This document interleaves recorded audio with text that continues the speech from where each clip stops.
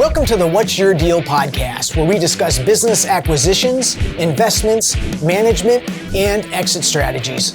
I'm your host, Matt Euler. Let's dive in.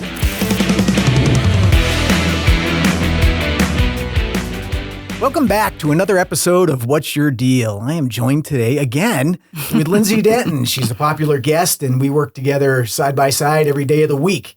And so it's great to have her back. So Lindsay and I have been working together for 7 years now, and Lindsay's primary focus has been helping to arrange the financing for transactions that come to us through our brokerage firm. As an exciting offshoot, we formed a new entity where Lindsay and I have partnered up to help people nationwide with the financing for the business opportunities that they find, as opposed to just the ones that we're brokering together.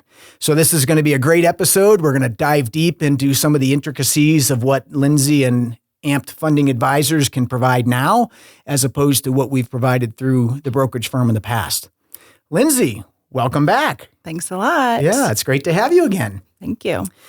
It should be noted that Lindsay actually ranks very high in following and likes on our episodes, so it's great to have her here. So can you share with us some of the differences between some of the services that you've provided to our brokerage clients and what you're now able to do through Amped Funding Advisors? Absolutely. Yeah. So with the brokerage firm, typically we start with the buyer and the seller, and I act as the liaison between the two of them as well as our lender, whereas our new venture with the funding advisors, we will be able to work with buyers and sellers across the entire country to assist them where they may bring the seller. Mm-hmm. Which would be different in some ways. So the distinction there that we've come across on occasion in the past is that it's much, much easier for you to assist a buyer and a seller through the whole financing process when you have communication with both, right? And so if somebody brings us a deal, which has happened in the past, and you don't have direct access to the seller, as an example, it makes it much tougher. And so maybe you can just kind of walk us through some of the intricacies there, specifically because a lot of people don't understand that financing a business is different than financing anything else, where the business has to qualify and the buyer has to qualify. So it's definitely a team sport. Well, the added challenge is going to be getting the financials and all of the intricacies of the business from the seller. And with having the experience from the brokerage for the last how many ever years, being able to have that direct contact with the seller, we know exactly what we're looking for and can open that door sooner rather than later because we've done it so many times with our own listings. Well, and oftentimes we already have a package ready. Exactly. Right.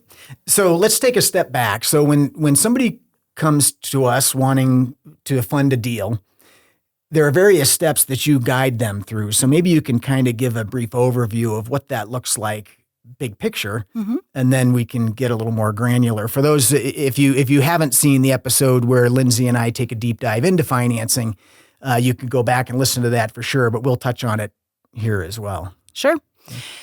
So a package obviously is going to be information on the buyer, information on the listing, and then the biggest piece of it, in a perfect world, putting together a package with some financials from the buyer, financials from the seller is the simple part. But it's all of the minute things that we may come across where their money is going to come from, whether it's an injection or gift funds.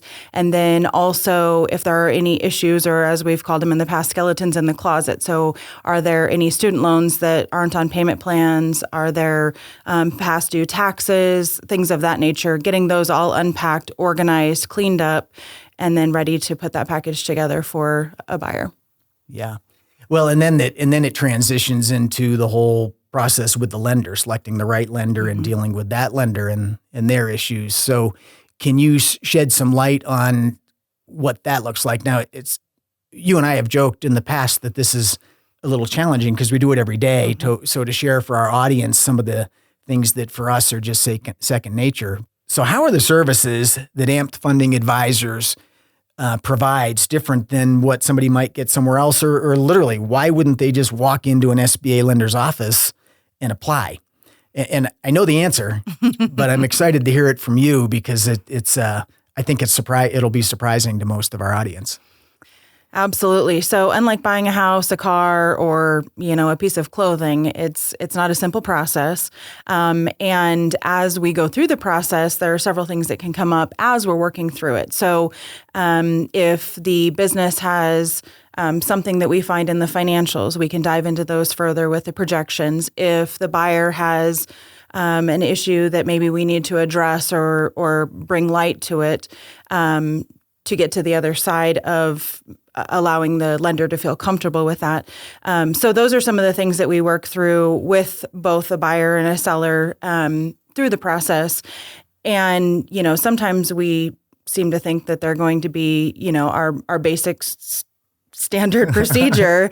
And then we get into them and realize that there are several things. One prime example I can think of off the top of my head would be a rental company that rented outdoor equipment. Mm-hmm. And we put together the projections, submitted them to the lender, and through the process, because it's an ongoing process, through the process realized that the insurance was going to triple. Mm-hmm. Well, that changes your projections. That also is going to change the ability for the business to pay for itself, because now instead of, let's say, $20,000, they're looking at $80,000. So these are the things that we address as we go through the process. And some of those are off the cuff. Some of those are things that we can prepare for and determine before we even get to an approval point that we've got some issues to work through. Yeah, well, and it's interesting as we talk about, you've got a far better memory than I do. And so your memory of some of the trauma that we've experienced that we get to use for our future deals is helpful. But I also note for our audience that, part of what makes you so good at the role you play is that you are very good at scrubbing documents to make sure that they are as perfect as we can get them before the decision makers see them. So can you give an idea of what that looks like? Because again, unlike buying almost anything else where you walk into the branch of a bank and just say, I'd like to buy something, the process of getting an application ready for financing for a business can be a month or more, maybe a little bit less with a buyer who's really on their game. But walk us through some of those steps that you and your team put specific attention on to make sure that it is just approvable before anybody sees it. Well, and one of the main things that I always try to look for, especially from a buyer's perspective, is how they have, their landscape, how they have everything set up. So if they're not aware of the fact that their home is going to be liened if they obtain an SBA loan, or if let's say their brokerage portfolio is going to be liened as well, making sure that they're aware of that. And if they need to make any adjustments, we make that happen so that it is the way that we want it to look when it goes to the lender. And there's no surprises along the way. And then from the business and the seller's perspective, making sure that the business, that we're aware of any issues that could potentially come along. And, to a certain degree, I feel like it's an intuition, looking at the big picture and trying to predict any of the questions that the lender may bring or requirements that they may essentially ask for. Yeah, well, it's an interesting conversation because one of the questions as we were preparing for this is talking about deal killers. Mm-hmm. And the reality is we don't have many. Mm-mm. And that's probably large extent tenacity, but to a larger extent preparation and experience. And so as a great example, what you just talked about, somebody applying for an SBA loan, getting approved for an SBA loan, and finding out that they're going to have a $1.7 million lien on their home that's got $1 million worth of equity could kill the deal. Mm-hmm. And so the example you just shared of vetting that out up front and making sure the buyer is aware of what this is going to look like and how their assets are going to come into play is part of what it prevents it, from us wasting our time and everybody else's, but also ending up with a deal that doesn't move forward because of a lack of knowledge about what's coming. Mm-hmm. And our industry is so unique. Most people don't know what's coming. Most people have never applied for an SBA loan before or understand it the way you do. So, or the process that it's going to take to go through. Yeah. So some of the heaviest lifts that I see are with projections and business plans. And honestly, even though they're super tedious, I love that process because it forces us and the buyer and the seller in a lot of cases to really get into the weeds about all the variables. But can you walk us through what that process looks like? Sure. And how you approach that so that when the lender sees it, they've got a smile on their face as opposed to just declined. Well, projections, we'll start with those. Projections are near and dear to my heart because I love spreadsheets. So with projections, we go through them with the seller's historical financials and create what would be their future projections of the business for the next 3 years. And then really dive deep on exactly what's going to affect the buyer or an expense that would no longer be a part of the business operation moving forward. And then take a look at, for the first year, is the buyer going to be able to increase the business by 2%, 5%, 10%? Is there any unforeseen expenses or, is the lease going to go up by $5,000 a month or, many of those things. And in that process, we try to back into what the lender is going to look like, and then certainly provide some explanation in the assumptions. And then moving on to the business plan, if there are major changes, like a lease that's going to be much more expensive, or, let's just say that a full remodel or TIs that need to be done, or, the buyer is going to require a higher salary or lower salary than what the current seller was taking from the business, then we explain all of those pieces of the differences or the changes that the business will see under the new ownership, and then make sure we explain those really deep in the business plan. And I am one of those people who wants everything to be perfect, as we all know.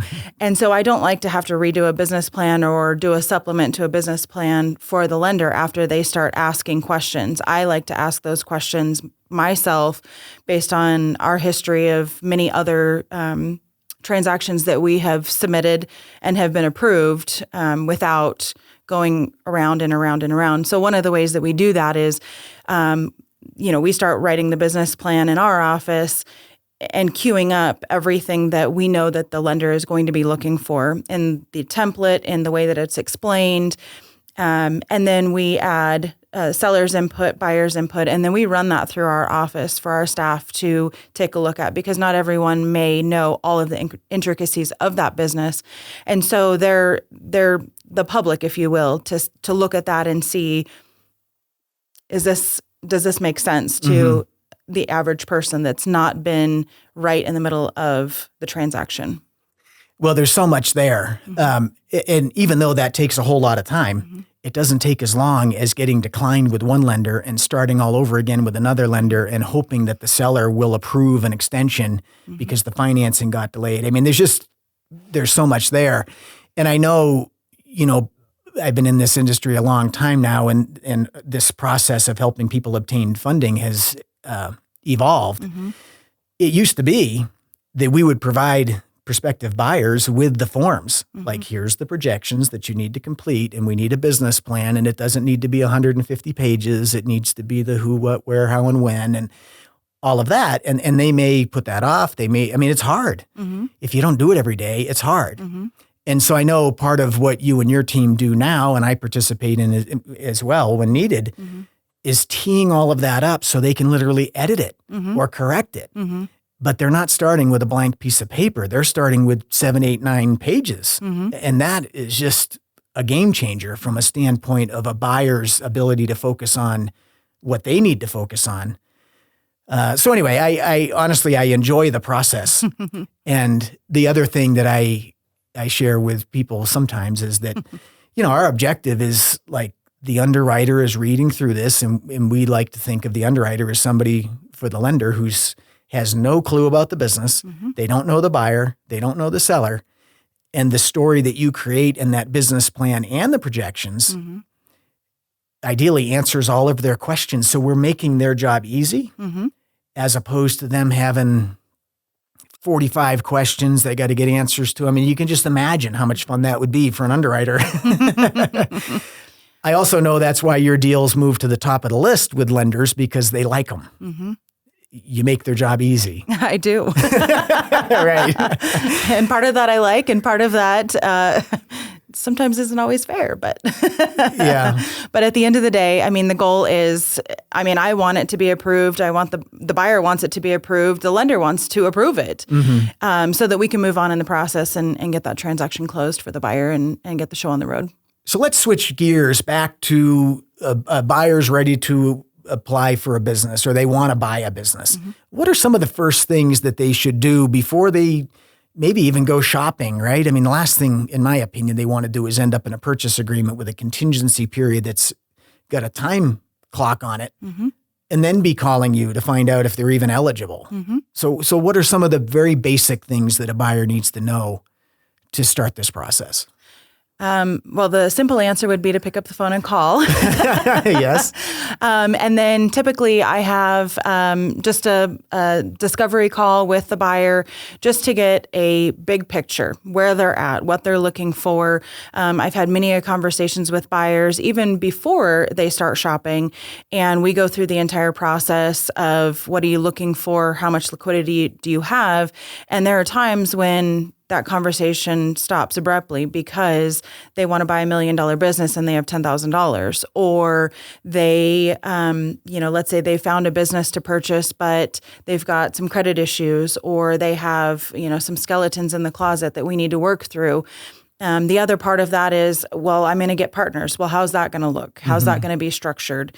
Is that going to fit the guidelines of, for example, an SBA lender? I found a business and the seller is going to stay on for 5 years. Well, that's not going to work for us. We're going to need to structure that a little bit differently. So we have those conversations, and ideally the buyer is going to lay everything out. Usually it takes a conversation or two to get to that point, to have that trust to open up and say, this is what it looks like. And then we work through each piece of that, your liquidity, your partners, gift funds, where your assets are, where your funds are. I mean, if they're IRA funds, what is the penalties going to look like? How's that going to affect? I'm just going to take a loan out on my house. Okay, well, now that's going to change your financial landscape. So let's talk through that. So those are some of the steps that we go through on 1, 2, maybe even 3 discovery calls as we work our way through determining if they are eligible to purchase a business with SBA financing, and then to give them kind of a better idea of what they can afford. Obviously, the business is going to play a big part in that. But if you're looking for, again, $1 million business and you have $10,000, then we need to start either A, finding some partners, looking for some gift funds, selling off some assets, if you have your heart set on that, or maybe let's look for a business that fits your financial landscape a little bit better. Well, it's such a good point, and I've said this a couple times, but I mean, we just do it every day, just like other people do their things every day. So for us, it's second nature. I just had a conversation with some private clients, and they found a business that they wanted to buy, and they were going to partner up. And some of the things you just brought up, had you thought about this, or are you aware of that, or I mean, deer in the headlights, like, no. And it was like, we need to really take a step back because they were ready to pull the trigger with an LOI, but they hadn't realized that the partner with the assets would be encumbered, meaning liens on all kinds of stuff that he wasn't planning on based on the ownership percentage that they were. I mean, it's worth planning up front. For sure. for sure. So what are some of the biggest mistakes you see people make when it comes to the process of trying to obtain financing for a business? Well, I would say first and foremost, liquidity of their funds, the injection funds. So whether that's, well, I have $200,000 in my IRA. Okay, well, once you pull those funds out, what's that going to look like after tax implications, penalties? Is it even available for you to pull out? And what does that timing look like? Or if it's a Rob's or whatever that case may be, or I'm going to sell my home and I'm going to use the proceeds from my home, or probably the biggest mistake that I would say around that would be using borrowed funds or the plan to use borrowed funds. I'm going to borrow funds from, a family member or a friend or whoever it may be, or a bank. I'm going to get a personal loan or I'm going to get a HELOC on my house. What is that going to look like and how is that going to affect your personal financial statement? And then furthermore, not knowing that, let's say they want to get a HELOC. Well, what's the timing going to look like for that? If that is going to work for the situation, what's the timing going to look like? So is your HELOC going to be done in time before the SBA loan process is started? How's that going to look from credit? So on and so forth. So making sure that they have that big picture. And I would say more often than not, I have people that give me a call and say, well, my mom is going to give me $100,000 and then I'll pay her back later. And la, la, la, la, la. No, you're not. You don't want to know that. Yeah. Here's what's going to happen. Mom is going to have to sign, a gift letter. And we go through those steps so that they don't make those mistakes. And, even sometimes it does happen. And then I would say another piece of that along the financial road would be for them to start moving funds around. And then we're going to have to source those funds. So if they're moving those funds around and then they didn't want it to be seen, just the timing from that, we're going to have to show 90 days worth of bank statements. So are you ready to do that the way that it looks now? Or are you going to have to move anything around, so on and so forth? Yeah, well, so much of what you're talking about, I can imagine for people listening, just like, I never want to get an SBA. The reality is, of the transactions we're involved in, about 70% of them we arrange the financing for. And it is a great program, but it comes with rules, right? The SBA has standard operating procedures for the lenders that are approved to provide these types of loans. And knowing what those rules are is really all it is. It's just knowing how to navigate it. And if somebody dives into this without knowing the rules of the game, it'd be like any other game. You could get hurt. Or you might not be able to play anymore. Exactly. Those kinds of things. And so, we've talked a lot about financing in the past, but this episode feels a little bit different from a standpoint of really going back to the beginning and helping people to understand that just knowing the rules of the road is really where it's at. And that's why the service that you provide in Amped Funding Advisors is so beneficial, is because it shortens that curve. Well, and sometimes keeps that curve as well, because there are times where, people that had not come to us and had found a business, worked their way through the process, and they went to a lender that either A, was not a PLP, or B, was a PLP, and they didn't have it structured the way that it needed to be structured, and it was declined by the SBA, especially if it was a GP lender, completely declined. Well, that it's not, let's fix it and then we resubmit. I mean, some of those things can't be pulled back. So again, like you said, knowing the rules before you even start. And one question that I get more often than not is, well, I'm just going to go with conventional financing. Typically, conventional financing, you're looking at 30% or more down payment. Well, when someone's buying a business in that up to $5 million range, they may not have 30% to start off with. And, and then it comes to, do they have enough capital and post-closing liquidity for a rainy day that they're not looking at. So as alluding to what you were saying, SBA financing is a great vehicle to get into business ownership. Well, and it's a good point, because I don't think most people understand that the SBA guarantee protects the lender. So as you alluded to, we've had lots of people say, I might just go conventional.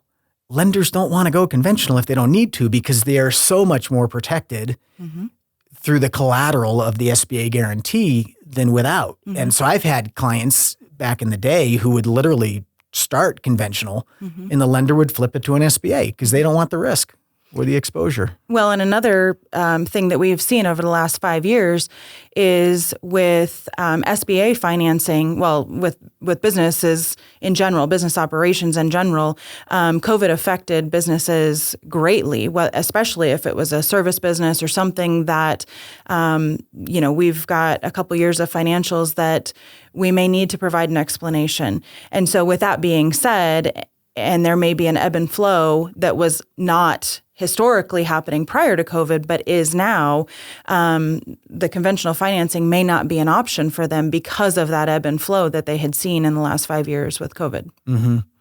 Yeah. So again, I know it for our audience, it sounds overwhelming. The reality is you can make it simple, right? I wouldn't call it easy, but simple. And we'll talk about timelines in a minute. I mean, what can people expect? Sure.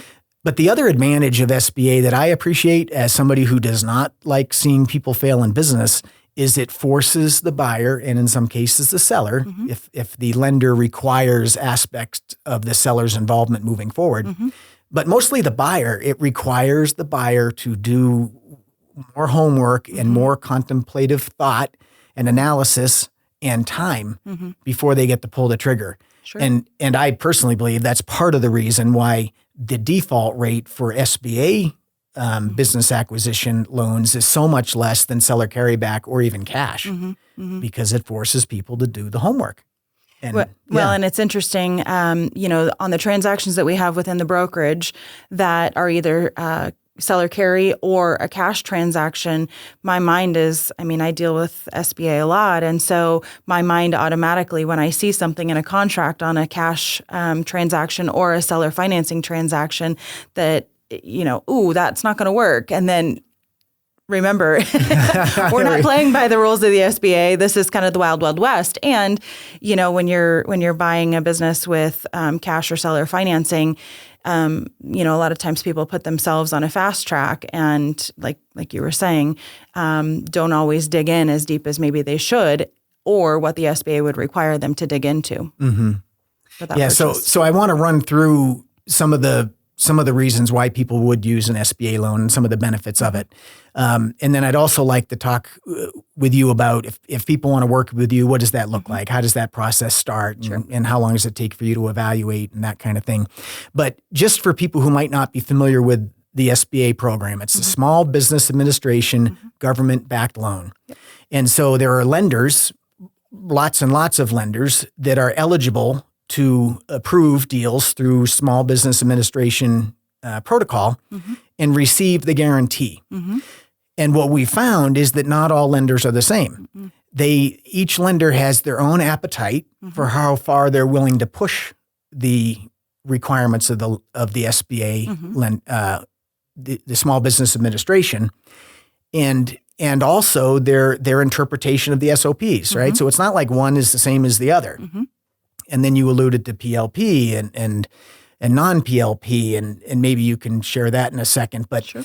The long and the short of it is when an SBA lender gets a loan approved through the Small Business Administration, as long as they've followed the requirements of the Small Business Administration, if the buyer defaults, then the SBA provides the guarantee. They literally will fund that deal as long as the lender complied. And that's where all these rules come into play. The other advantage of a buyer wanting to use an SBA is that they can be funded with as little as 10% down. Now, I know in our office, we've seen them at 6 and 7% with some creative arrangements, and we've seen them, 15%. I typically tell people to anticipate about 12% down under a deal that makes sense. So those are just kind of the basics. Is there anything else you want to add to that as far as why somebody would want to use an SBA? And then can you expand on timing? Somebody calls you tomorrow. What's that going to look like before they're ready to own that business? Well, first and foremost, if someone's going to buy a business, cash is always first option. However, cash is king. So if you're going to spend your life savings on purchasing a business and leaving very minimal amount of liquidity in the event that something were to happen with the business, with yourself, if you broke your arm, if you got sick and had to be in the hospital and that business is going to rely on you, how is that going to look? Are you going to have the reserves or the capital available for that business to operate or to hire someone that can help assist with that? So retaining cash is an advantage because now you're only using 10, 15%, let's say, after everything's said and done, to purchase that business. The second piece of that would be a seller typically, not always, but typically is not going to give you the terms, the amortization. So on standard SBA loans, you can get 10 years of financing. Sometimes we can get more depending upon if there's real estate involved. So that allows a longer period of time, which is a lower monthly payment, and that gives you the availability to come into the business, get your feet underneath you, make any changes that need to be made, very minimal, we hope. And we'll talk about recipes on another episode. But that does give you the opportunity to make any changes that need to be made in the business and then operate it with such a small amount every month and not using your entire life savings, so that if there were some unexpected issues with either the business, yourself, or both, that you can survive those storms. Well, and it's a great point. I mean, honestly, we could do this all day, right? Because the number one reason for SBA defaults is a lack of operating capital, meaning people run out of money, don't make their payment, and then it's game over. And so having the ability to put less down when it makes financial sense and having that war chest of cash or reserves is part of the recipe that works for small business ownership. And so anyway, it's great stuff. And I've talked with people who have listened to episodes with you in the past several times because they're trying to extract the details about what they need to know about this really elusive program. And the other thing I'll point out is that there are lots and lots and lots of SBA lenders, and a lot of them fund real estate transactions and other things.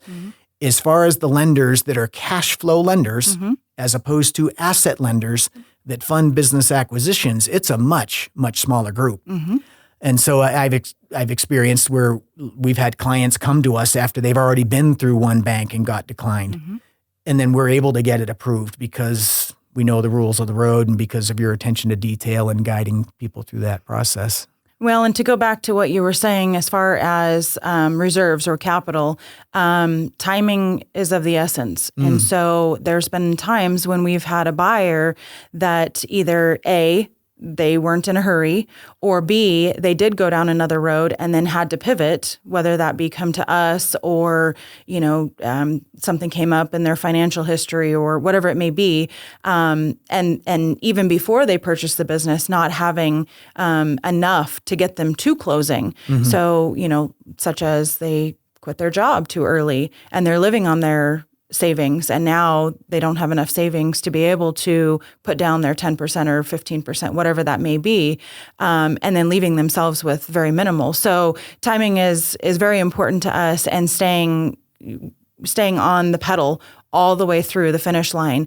And so, like we were talking before, the business plan and projections, if I were to say, go ahead and write your own business plan and let me know when it's done, and follow up every 2 weeks. And now we're looking at, 2, 3, 4 months of this transaction going on. One, it's going to wear everyone out. Two, it's an opportunity for things to happen. I mean, whether that's illnesses, whether that's the business turning, seasonality. Unfortunately, we've had parties pass away in the process, and that changes the entire dynamic, obviously. So keeping the motivation, keeping the timeline, and just knowing the steps that we have to take to get to the finish line, making sure that they have their capital, that they're not spending it all, and ultimately getting them where they need to be, which is running that business and making money that way. Well, and it's part of the reason I'm so excited about AMP Funding Advisors is because instead of us being able to assist people with the financing and the transactions we facilitate now nationwide, anybody who is interested in this service can obtain the benefit of it. And what I have seen, and this is something that moves me emotionally, is for most of the people who contact us, they're taking on something that's their dream, right? They always wanted to be self-employed, or they've worked hard for somebody else in a W-2 job, and now they're ready to do it on their own. That's exciting. And if they do it wrong, or if they don't end up with the right process in place, like as an example, they're running out of money before they close because of delays that might have been able to, it can be the worst nightmare and financially devastating. And so I know you feel the same way I do about that, is we don't want that for anybody. And so I'm excited to be able to, with you and in partnership with you, guide people through this process of something that most people know very little about, to help them get their dream. Exactly. As opposed to devastation. It just doesn't need to happen, right? It's like so many things. If you don't know what you don't know about your health, and you never go see the doctor, sometimes that can be devastating, right? I mean, it's not a new concept. It's just in our world, it's a much tighter niche. So somebody wants to work with you. How does that start, and how long should they anticipate the process before they can actually close?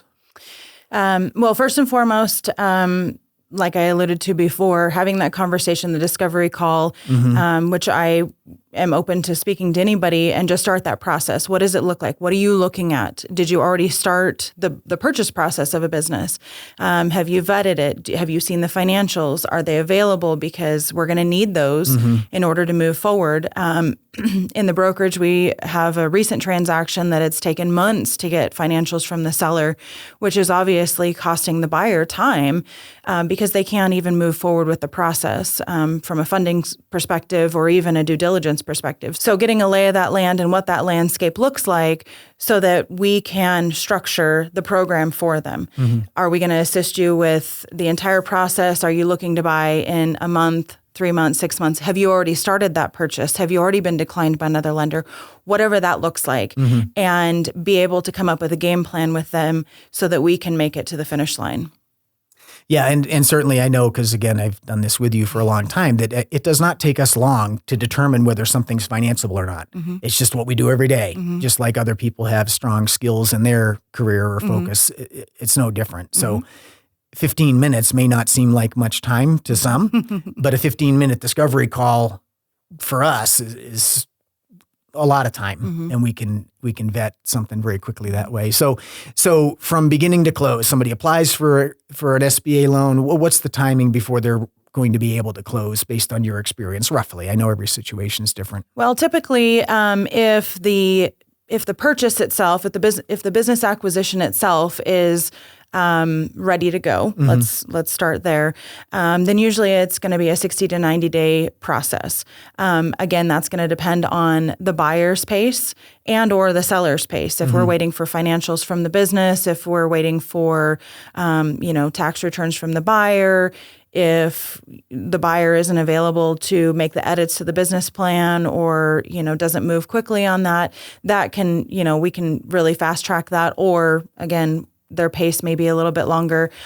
And another piece of that would be if someone's waiting, let's say they don't want to close until January 1st. But with our experience and the lender, keeping that pressure and keeping that pedal down all the way through. And even if we keep that pedal down to a stopping point, at least we've made that much progress and momentum. And then we can pick it up and be ready to close when they're ready. Okay, so all things, if everything's moving along as desired, 60 to 90 days, 60 being probably the shorter end and 90 being comfortable from start to funded is what somebody can expect. And so how does somebody find you? What's the best way for them to reach you? So if someone is looking for assistance, or even if it's just a discovery call to determine whether or not our services would be valuable to them, of course, they can reach out to our office. The phone number is 928-445-1144, or via email. We also have our website that they can take a look at. So the email would be lindsay@ampsuccess.com, and that's LINDSAY. And then, of course, any of our platforms that this they is can on. reach us there. Yeah. Well, that's great. And I appreciate so much you sharing the knowledge. And it's such a deep topic that I enjoy thoroughly, because I like the detail and the intricacies. And I also like the success of helping people get what they want. And I know you enjoy that. Absolutely. As well. As a matter of fact, most of the reviews that we receive include how people could not have done that without your help from financing standpoint, or maybe mine walking through the transaction. But specifically from a financing standpoint, a lot of times people just don't know what they don't know. And very sophisticated buyers have commented and sent you gifts, actually, for guiding them. Yes. Exactly. One of the advantages is we do have the brokerage piece of it. So we've seen over and over and over, it's not just that we have amped funding advisors that, we have a relationship with a lender and we're going to help you. We know what to look for all the way back to the listing process, how the business is structured. So we have that, even if it's a deal that we're not brokering, we have that history and, those reps, if you will, to see all of the different ways that the financials have been set up, all of the different ways that the business could be set up, and have that in our tool chest. Yeah. Which really helps with the financing. It sure does. So as you know, I like to finish every episode with my guest sharing a story about somebody who's given them a hand up. And you've been on the show a lot.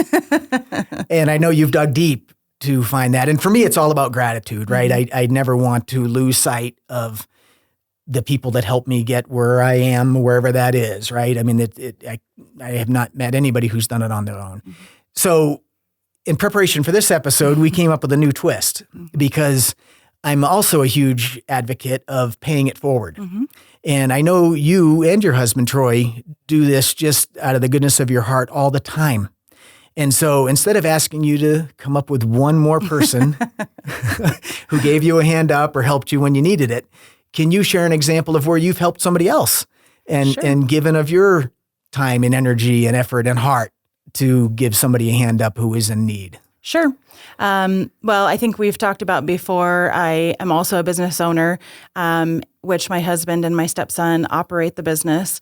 And through this whole process with us purchasing a business and owning the business, my stepson has really gotten his feet into it.